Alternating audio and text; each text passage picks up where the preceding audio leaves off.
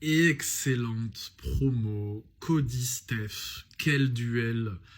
Mais c'est un contexte qui est quand même très frustrant en fait, car bon déjà Steph, très souvent les gens ne la citent jamais parce que les gens ne la connaissent pas et l'oublient et machin, mais oui c'est une des toutes plus grandes mic workeuses de l'histoire, mec meuf confondu, hein.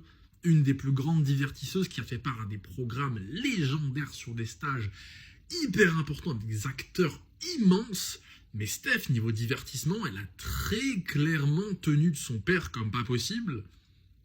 Et elle nous l'a montré là, en fait, en tirant de très belles balles contre Cody et en étant une excellente meuf qui vient raconter. C'est une très bonne storytelleuse, machin. De toute façon, les McMahon, ils sont exceptionnels. Il y a juste Shane, n'a pas de mic, mais Shane, c'est suicide. Donc ça, bon, ça compte, ça vient. Et c'est un très bon divertisseur aussi, il était marrant.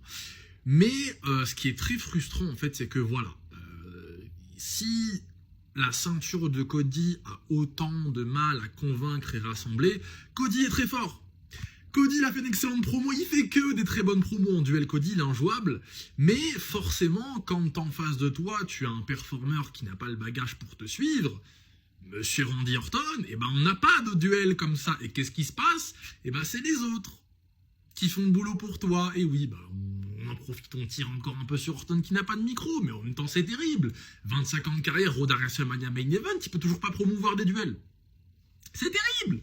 Et c'est Steph qui vient faire le boulot. Et historiquement, Steph, et même les McMahon, ont toujours été présents quand Orton a été vraiment au sommet de sa carrière. Et là, encore une fois, à son grand âge, Steph qui vient faire le boulot. Mais là, mais donnez le shot à Steph, en fait. En fait, là, on va voir Cody Steph pour le titre. Parce que c'est censé être ça.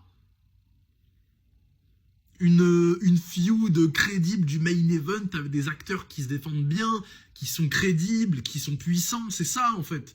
Et Orton, c'est pas le cas. Surtout contre un mec comme Cody.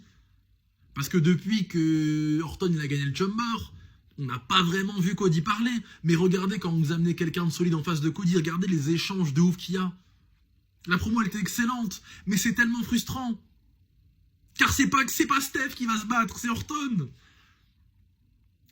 Franchement, tu m'étonnes que la road elle soit aussi nulle. Hein. Enfin, quand tu mets des acteurs dans le main event qui sont pas capables de hyper, de promouvoir, de vendre, eh ben oui, je sors plus de TikTok en fait, parce que j'ai rien à dire. Heureusement qu'il y a des gens comme Steph, mais c'est bien ça le problème.